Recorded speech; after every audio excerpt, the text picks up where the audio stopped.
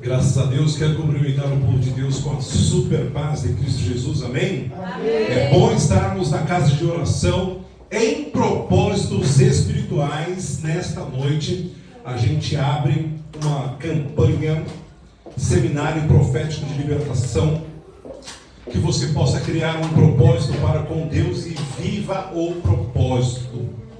Porque a cada culto que nós estamos aqui, a cada permissão do Pai, não é uma simples visita, um simples passeio. Algo sobrenatural da parte de Deus acontece na minha e na sua vida.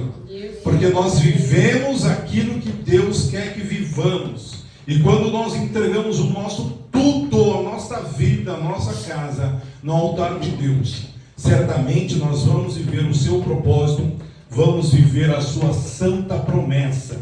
Então, muito importante para mim e para você, viver aquilo que Deus tem para com minha, para com sua vida. Você pode criar um propósito para com Deus, já para ter este relacionamento. Eu não sei qual área você mais precisa da ação do Pai, mas que você venha criar um propósito espiritual, para que venhamos viver aquilo que Deus quer que vivamos. Não aceite o inimigo destruir a sua casa, a sua família, nos vícios, na briga, na contenda, em todos os laços que ele age. Não aceite isso, porque nós vivemos e confiamos num Deus Todo-Poderoso, que trabalha para aquele que nele espera. Essa é a nossa esperança, é a nossa alegria, é o nosso bálsamo. Aquele que te guarda, ele não dorme. Ele está com os olhos atentos para te ver, para que o nome dele seja glorificado. Hoje começamos um propósito aqui no altar de Deus. Eu não sei o que você tem vivenciado, eu não sei o que você tem passado, mas não deixe em branco aquilo que o inimigo está intervindo na sua casa. Não deixe passar e aceitar, não, que a partir de hoje eu e você venhamos ser um intercessor. Eu vou orar, eu vou clamar, eu vou crer que Deus vai fazer algo grande na minha casa e na minha família.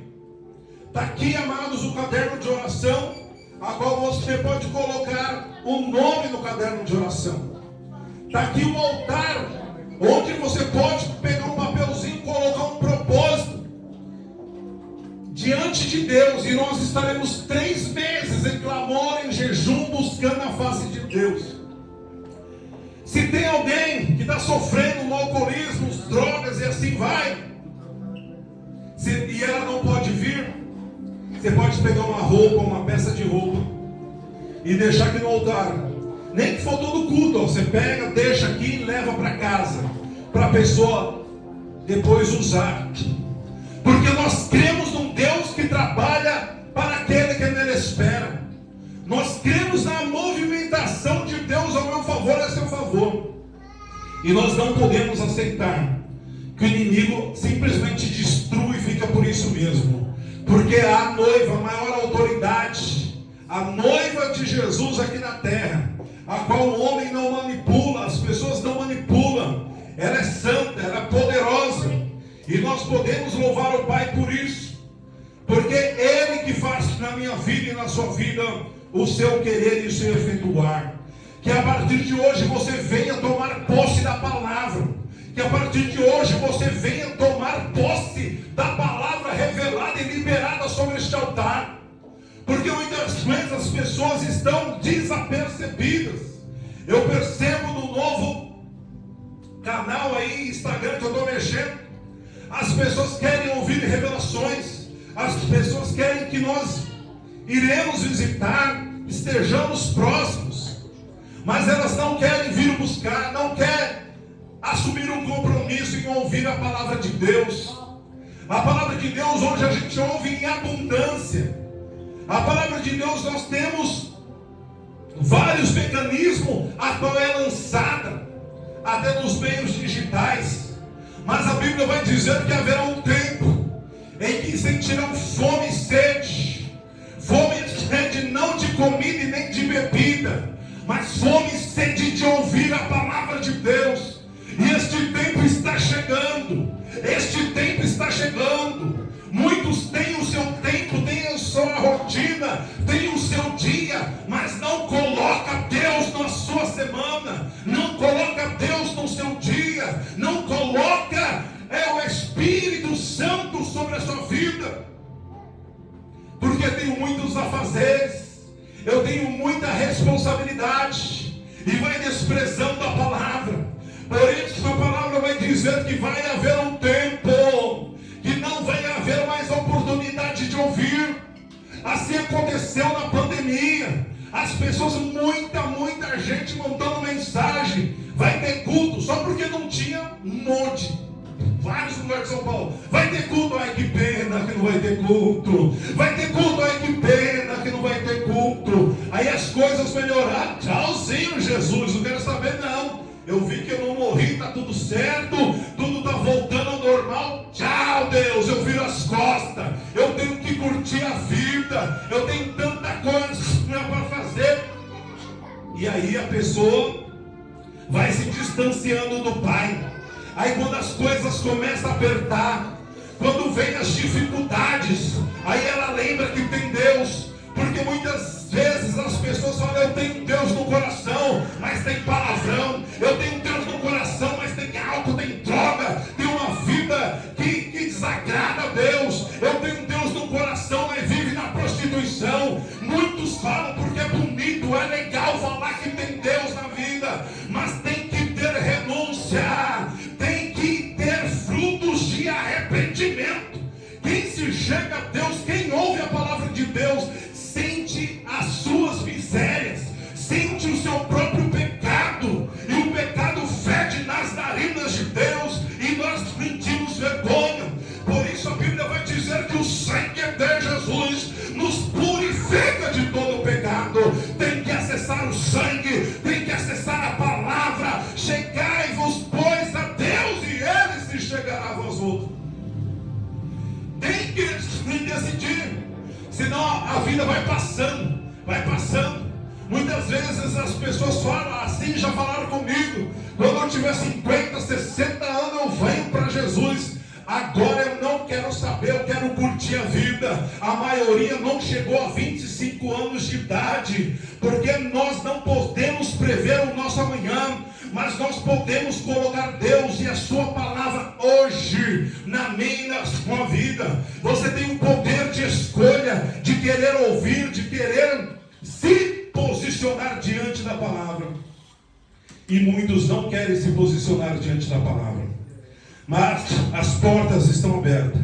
A oportunidade ainda está aí para mim e para você escolher o melhor e decidir o melhor. Nós estamos numa esfera a qual passamos por um teste, e muitas vezes o inimigo vem ludibriando a nossa vida com as ilusões passageiras, ludibriando as nossas vidas com as coisas terrenas, a qual não produz vida, não produz resultados. Mas Deus, por meio do seu Filho, Ele nos amou. Ele pagou um alto preço na cruz do Calvário e deu oportunidade para mim e para você viver o novo de Deus. Viver aquilo que Deus quer. E Ele não promete na sua palavra riqueza, fama, glória, visibilidade.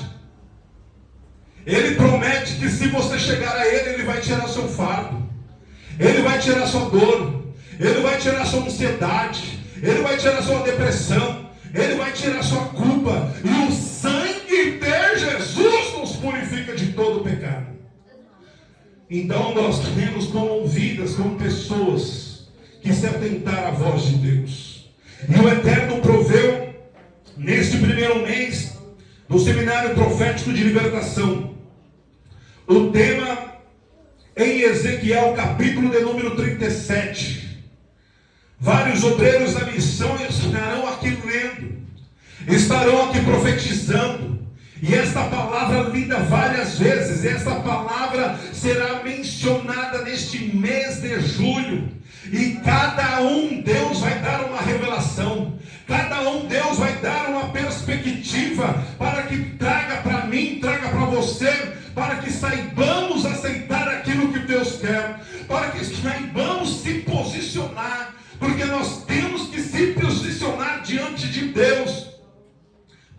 vivemos aquilo que Deus quer. E nós somos a noiva. Nós somos a noiva espiritual de Cristo. E por isso você tem nas tuas mãos a palavra. E a palavra, ela tem o poder de fazer aquilo que lhe apraz. Quando Deus libera uma palavra, ela vem para advertir, ela vem para consolar, ela vem para corrigir, ela vem para nos instruir a viver o propósito com o Pai, para com minha vida. Então nós vamos ler agora Ezequiel capítulo de número 37. Palavra a qual viveremos o propósito do Pai. Palavra a qual viveremos aquilo que Deus quer. Ezequiel capítulo de número 37 diz a visão de um vale de ossos secos. A visão de um vale de ossos secos.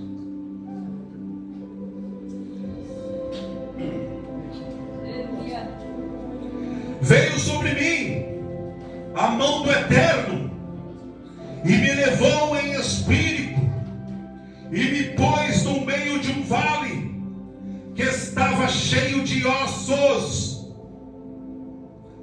e me fez andar ao redor deles, e eis que eram muito numerosos sobre a face do vale, e estavam sequíssimos. E me disse: filho do homem, poderão viver estes ossos? E eu disse: Senhor Jeová, tu o sabes. Então me disse: profetiza sobre estes ossos e diz-lhes: ossos secos, ouvi a palavra do Eterno. Amados e queridos, a Bíblia vai dizer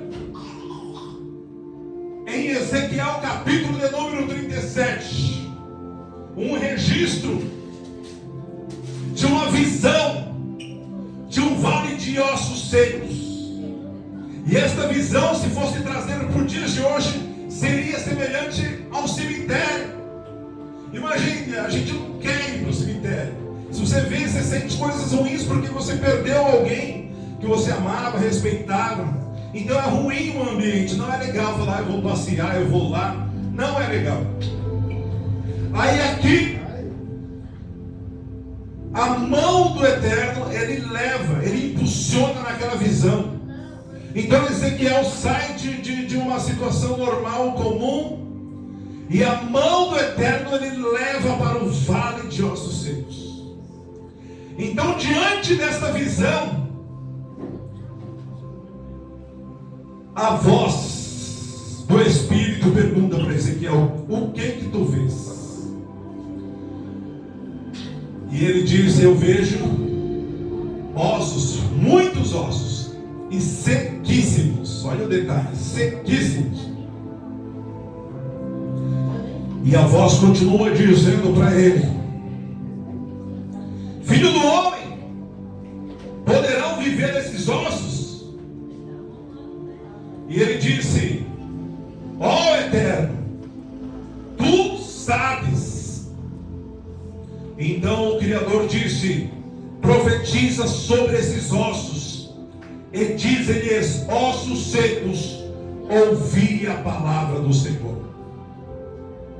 Amados e queridos, diante desta palavra, diante de uma visão, o próprio Deus fez Ezequiel ter essa visão, aonde ele foi impulsionado. Ele foi impulsionado a estar diante de um cemitério, diante de um vale de ossos secos, porque Deus queria dizer para Ezequiel: assim está a minha nação Israel, assim está o meu povo, assim estão os meus eleitos e escolhidos, como ossos sequíssimos, há vida, não há esperança, não há perspectiva de nada. Então nós podemos observar pela palavra que o próprio Criador falou assim: olha, a condição espiritual da minha nação é essa, como osso seco, sem vida, sem esperança. Mas eu quero que você profetize, eu quero que você abra sua boca e profetiza. Porventura poderão viver estes ossos? Porventura poderão ter vida novamente? Tu o sabes, ó Deus, somente tu o sabes. Então ele diz: abre a boca e profetiza.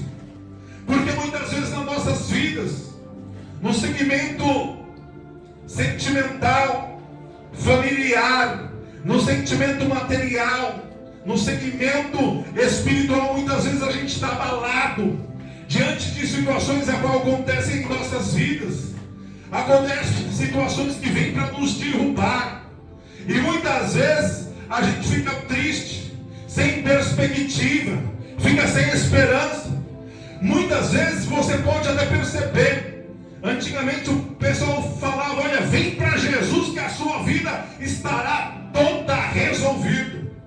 E se você tiver uma maturidade cristã, você vai perceber que quando você vem para Cristo, há uma resistência muito grande. Parece que as coisas pioram. Aquelas pessoas que te abraçavam, estamos juntos, temos uma amizade até o fim, ela mesma vira as costas para ti, ela mesma vai falar mal de ti. Por quê? Porque o mundo espiritual, ele não consegue te acessar mais, te atacar, te manipular. Então ele cria situações para que vidas e pessoas não venham a estar diante da presença de Deus. Conforme eu já falei para os irmãos, duas experiências que o próprio pai, a própria mãe falou: ó, se você quiser Jesus dos crentes, sai de casa. Eu até prefiro ver você na droga, mas eu não quero ver você na igreja de crente. Essa experiência, um deles, o jovem veio para minha casa de Guaianazes, de a pé para minha casa. Falou: eu posso ficar aqui uns dias na sua casa? Pode. O que aconteceu? Minha mãe e meu padrasto falou: se for para seguir o Jesus dos crentes, eu prefiro ver meu filho na rua, some. Eu prefiro até ver drogado do que estar na igreja de crente. Jamais ninguém em sã consciência vai falar isso. Porém tem um mundo espiritual que muitos não percebem, irmãos. O mundo espiritual, ele é sinistro, ele é inteligente, manipulador. Provavelmente foi Satanás, no lugar, na abertura espiritual que aquelas vidas tinham. Satanás entrou ali na mente e soltou essa palavra. Porque não há sentido de falar: eu prefiro ver meu filho na droga do que dentro de uma igreja. Somente o inimigo fala isso. Mas aquilo, para quem não tem conhecimento, receber, imagina um jovem receber uma palavra dessa, isso dói, isso machuca. Como será meu amanhã? Como será a minha vida a partir de agora? Porque as pessoas que eu mais amo virou as costas e pediu para eu sair de casa. Aí o jovem vem, anda aí 12, 14 quilômetros de a pé, para falar: posso dormir aí? Olha só o nível de situação. Então por isso que é importante nós termos discernimento de espírito. Porque muitas vezes palavras são ditas, ainda que a pessoa fale: eu te amo, e muitas vezes não é ela que está falando aquela palavra: eu quero te destruir, eu quero o seu fim. E muitas vezes a gente vai acatar aquela palavra: olha, minha mãe falou isso, meu pai falou isso, e dói muito. Mas se você tiver um pouco de temor, você vai perceber que o inimigo, ele ganhou legalidade, está usando ali para te ferir, para te pôr para baixo, para tirar aquilo que Deus determinou para com a sua vida. Mas tudo aquilo que Deus determinou para com a sua vida, quando você teme, quando você busca, Deus muda o cenário, Ele muda o quadro. Talvez a sua situação pode ser como um vale de ossos sequíssimos. Talvez você tenha pensado em desviver diante de tamanha injustiça e humilhação a qual você tem passado. Mas eu quero dizer que o próprio Deus, Ele enviou o seu Filho por amor de mim, por amor de você. Ele pagou um alto preço na cruz do Calvário para te salvar, para te perdoar, para te santificar e fazer de ti um novo homem, uma nova mulher. O sangue de Cristo nos purifica de todo pecado. Não temos o seu amanhã, porque quando nós oramos, quando nós buscamos, quando nós colocamos a nossa vida diante da presença de Deus, Ele se responsabiliza. Talvez agora você está como num cenário de osso seco, tudo dando errado, perdeu os seus ganhos, perdeu a sua renda, mas eu quero dizer para você, porque a palavra diz: buscar-me-eis e me achareis, quando me buscardes de todo o vosso coração. Deus vai reverter o seu quadro, Ele vai reverter a situação a qual você vem vivenciado, vem chorado e sendo humilhado, humilhada. Então é importante que nós busquemos, que nós oramos, que nós pedimos discernimento. Espírito Santo, me dá discernimento. Me dá discernimento, Pai. Não deixa enganado, porque a Bíblia diz que o diabo, ele se transformaria até em anjo de luz para enganar os fiéis, irmãos. Olha só a seriedade. O inimigo se transformaria em anjo de luz até para enganar os fiéis.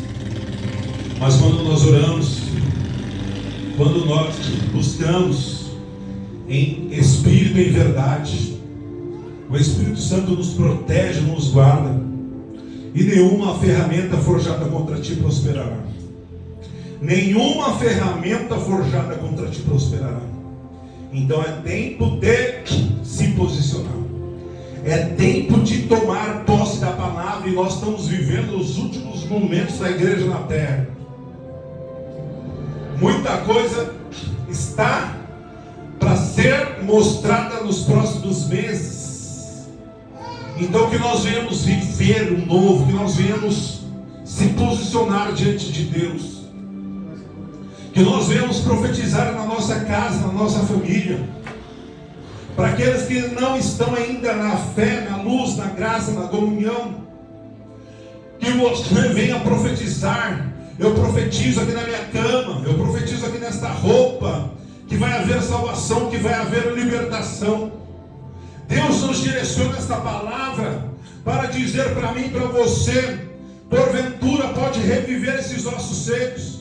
Talvez o nosso familiar, nossos parentes, talvez aquela porta seja como um osso seco, mas Deus está trazendo a revelação da palavra, para que eu e você venhamos se posicionar, para que você e eu venhamos aclamar a sua palavra e profetizar.